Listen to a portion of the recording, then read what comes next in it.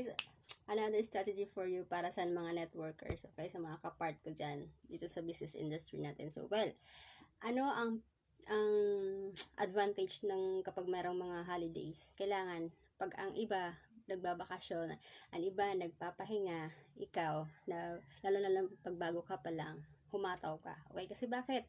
Kasi wala kang kaagaw, lalo na pag nasa online ka, nag-online marketing ka, wala kang masyadong kaagaw kasi iba busy niyan eh. Kumaga, nakapahinga sila. So ikaw humahataw ka habang sila nagbabakasyon. Pagdating mo ng mga halimbawa May, after ng holiday, mayroon ka ng follow-up.